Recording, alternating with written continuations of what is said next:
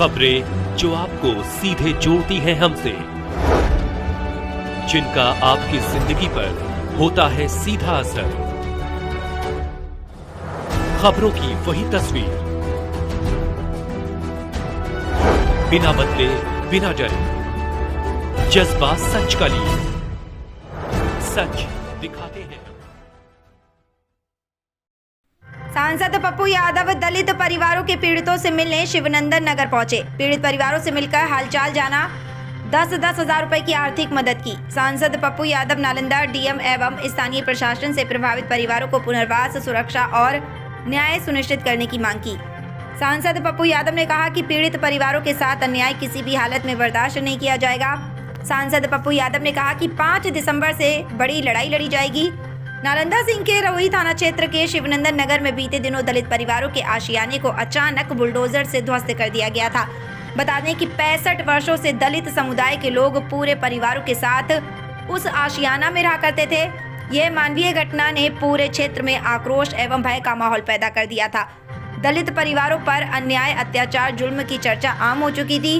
जब इस घटना की जानकारी गरीबों की मसीहा कहे जाने वाले पूर्णिया सांसद राजेश रंजन उर्फ पप्पू यादव को मिली तो वे शिवनंदन नगर पहुंचकर पीड़ित परिवारों से मिलकर उनका हालचाल जाना, उनकी पीड़ा और सुरक्षा और भविष्य को लेकर सांसद पप्पू यादव बेहद भावुक हो गए। सांसद पप्पू यादव पीड़ित परिवारों से व्यक्तिगत वार्ता करते हुए भरोसा दिलाया कि उनकी लड़ाई में वे अकेले नहीं हैं। सांसद पप्पू यादव ने कहा कि सरकार इसी पंचायत में सभी लोगों को 5 डिसमिल जमीन और घर बनाने के लिए पैसा दे, तभी बुलडोजर चलाए, वरना खुद 5 दिसंबर को यहाँ बड़ी लड़ाई लड़ेंगे। आपको बता दें कि सांसद पप्पू यादव अपनी ओर से पीड़ित परिवारों को 10-10 हजार रुपए की तत्काल आर्थिक मदद की, परिवार की बच्चियों को शादी के अवसर पर मदद करने की घोषणा की। सांसद पप्पू यादव नालंदा डीएम सहित स्थानीय प्रशासन से तुरंत हस्तक्षेप कर प्रभावित परिवारों को पुनर्वास, सुरक्षा और न्याय सुनिश्चित करने की मांग की। सांसद पप्पू यादव ने कहा कि परिवारों के साथ किसी भी प्रकार का अन्याय किसी भी हालत में बर्दाश्त नहीं किया जाएगा। सांसद पप्पू यादव पीड़ित समुदाय के लोगों के बीच जाकर भोजन ग्रहण कर उनके दुख दर्द में सहभागी बने। सांसद पप्पू यादव ने कहा कि मानवीय गरिमा की इस लड़ाई में मैं साथ खड़ा हूं। भारतीय टीवी 24 के ब्यूरो चीफ अजय गुप्ता नालंदा जिले के शिवनंदन नगर से पूर्णिया सांसद राजेश रंजन उर्फ पप्पू यादव को दलित पीड़ित परिवारों से मिलते तस्वीर के साथ दर्द भरी पीड़ा, सुरक्षा एवं परिवार के भविष्य को लेकर क्या कुछ कहा है, हम आपको रूबरू कराते हैं। नालंदा जिले के शिवनंदन नगर से लौटकर ब्यूरो चीफ अजय गुप्ता की रिपोर्ट। हम मांझी जी, चिराग जी और उपेंद्र जी से आग्रह करेंगे, प्लीज पूरे बिहार में गरीबों का आशियाना छीना जा रहा है, इसको रोकिए। हाथ जोड़ते हैं। 5 तारीख को पूरा का पूरा खाली करने का निर्णय लिया गया। ये नहीं होगा। कल सदन चलता तो ये मुद्दा उठता और उठाएंगे। और यदि 5 तारीख को घर तोड़िएगा तो हमारे लाश पर आपको तोड़ना होगा। हम यहां सोएंगे आकर के, आप चढ़ा दीजिएगा गाड़ी। हम आएंगे 5 तारीख को, यदि आप तोड़िएगा तो या तो सदन में मामला उठेगा। इसीलिए हम 8 परिवार को अभी 10-10 हजार की स्थिति नहीं थी। मैंने कहा कि अगले बार जिसका घर टूटा है उसका लिस्ट बनाइए, अब पूरे परिवार की हम मदद करेंगे। और सरकार से आग्रह अंतिम करके जा रहे हैं, इसी पंचायत में जब तक 5 डिसमिल जमीन और घर बनाने का पैसा नहीं देते हैं, तब तक 65 साल से जो परिवार 4-5 पुश्त रह करके यहाँ अपनी जिंदगी जिया है और सरकार का पैसा लगाया है, रोड और बिजली और इंदिरावास बनी है, उस पैसे को बर्बाद मत कीजिए और हमारे गरीबों का घर खत्म मत कीजिए। इस जन्म में हम लोग को नहीं मिलता तो हम लोगों को तो समझिए कि सब कुछ से खत्म कर रहे हैं आप, और अब आप हम लोगों को बेघर भी कर रहे हैं। हमारे बच्चों को, हमारी माँ को ठंडे महीने में तड़पने छोड़ दिए। वो किस तरह वो 2 बहन रो के बेहोश हो रही थी, तड़प रही थी। दोनों की शादी नहीं हुई है, रिटायर कर गए, उसके पिता मजबूर हो गए, 2 बड़े भाई हैं जो पढ़ाई किसी तरह कर रहे हैं, उसके घर को आप तोड़ दिए। और ये कोई किसी की निजी जमीन भी नहीं है, यह जमीन तालाब की भी नहीं है, तालाब से बाहर की जमीन है। ये 16 है, वो 17 है। 16 से 16 और 16 से 17। 16 से 17 में कोई कुछ भी नहीं किया गया।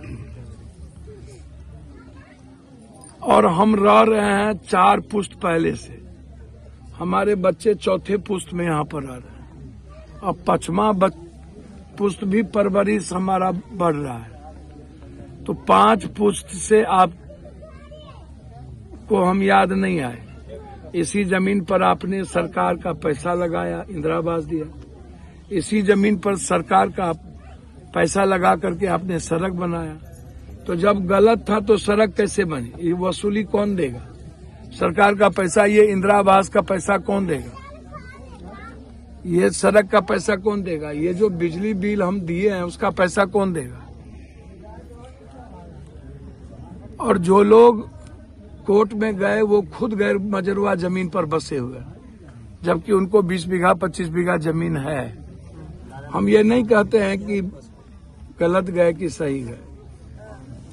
तो आप जरा हमको बताइए, सिर्फ इस बात को लेकर के इतना अधिक, पूरा का पूरा पासवान और 1-2 घर चंद्रवंशी है, टोटल पासवान परिवार से 2 घर मांझी भी है, 10 घर कहार, 10 घर कहार, 10 घर कहार भी है, 10 घर मांझी भी है। तो आप समझिए सब के सब अत्यंत पिछड़ा और दलित ही है हम लोग यहाँ पर बसे हुए। तो हम ही लोगों से इतनी नफरत आपको क्यों होती है? पूरा गैर मजरवा जमीन माफिया लोग बस गया, अब पूरा का पूरा नदी पर घर और 5 स्टार होटल बना लिया, तब उसकी चिंता नहीं है। और हमारे जीने पर, हमारे बच्चों के रहने पर और परवरिश करने पर भी आपको पेट में दर्द होता है। आप हमको जरा बताइए। और आप हमको एक दिन पहले आके जबरदस्ती कहते हैं कि 2 डिसमिल जमीन आपको हम दे दें। कोर्ट ने कहा जब तक इसको बसाओ नहीं, जमीन नहीं दो, घर नहीं बनाओ, तो आप तो हमको घर बना के भी नहीं दे रहे। और उसके बाद एक दिन पहले 25 तारीख को आकर के जबरदस्ती 2 डिसमिल जमीन, 3 डिसमिल जमीन का कागज थमा रहे हैं, वो भी इस पंचायत से दूसरे पंचायत में जाकर के, नदी का जहाँ किसी का कब्जा है। अब वो कब्जा वाला गोली चलाएगा। बगल में 500 एकड़, लगभग 50-100 एकड़ जमीन गैर मजरवा है। तो आप इसी पंचायत में ना हमको दीजिएगा कि हमको इस पंचायत से बाहर भगा दीजिएगा। तो ये पैसा लेकर के किसकी साजिश पर हो रहा है? और यह कहना कि तालाब का पानी घर को आप उजाड़ दीजिए, तो इससे बड़ा अभी जो हमारे chief justice of India Gogoi ने कहा कि कानून का राज है और बिना कानूनी प्रक्रिया के अपनाए कुछ भी नहीं हो सकता, तो यही कानून का राज है। ऐसा राज तो हम हिटलर, मुसोलिनी, चंगेज खां, आप इसीलिए वोट लिए थे कि वसूली कर लेना है, 10,000 रुपया दो, उसके बाद वसूली करो। और पूरे बिहार में लगभग दलितों के घर आप उजाड़ रहे हैं, और ST, SC और EBC का, बैस का, बनिया का आप पाटलिपुत्रा में उजाड़ दिए। सब छोटे जाति के लोग थे, गरीब जाति के लोग थे, जो परचून की दुकान, सब्जी का दुकान, पान का दुकान, फल का दुकान, यही लोग यही कर रहा था, उसको उजाड़ दिए। पटना में कई जगह उजाड़ दिए। आप पेरिस बनाना चाहते हैं तो पहले एजुकेशन दे दीजिए ना 100%, और इकोनॉमी हमारी बढ़ा दीजिए।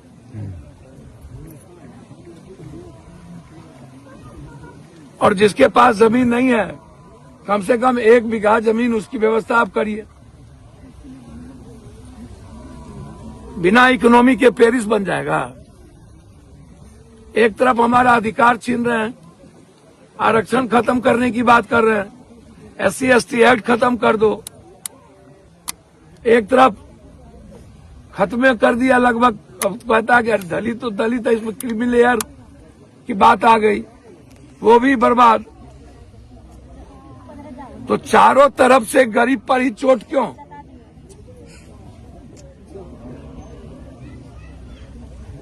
डुमराव में जाके तोड़ दिए आप, किसका घर है वो? मुजफ्फरपुर में तोड़ रहे हैं। टाउन में जो गैर मजरवा जमीन बेच दिया है सर माफिया लोग पदाधिकारी से मिलके, इसको कब आप लोग करिएगा? इसलिए हम सरकार से मांग करते हैं, हम कानून का सम्मान करेंगे, लेकिन इसी पंचायत में 5-5 डिसमिल जमीन पहले आप घर बना करके दीजिए, तब मेरे गरीबों का निवाला और आशियाना छीनिए। अन्यथा मरता क्या नहीं करता। वोट जिसको दे ये लोग, लेकिन बचाएंगे हम लोग। हम हाथ जोड़ते हैं मांझी जी से, चिराग जी से, सरवन जी आपसे भी। वोट तो जात के आधार पर आप लोग लेते हैं, और जाति बिना सोचे समझे आप लोगों को वोट दे देती है, लेकिन उसके बाद कभी मांझी, राम, कहार, कुम्हार, पासवान, इन लोगों का कोई सूद लेने वाला है क्या? ये लोग जिंदगी कैसे जीते हैं कभी सोचे हैं क्या? इन लोगों के बच्चे का क्या होगा कभी सोचते हैं क्या?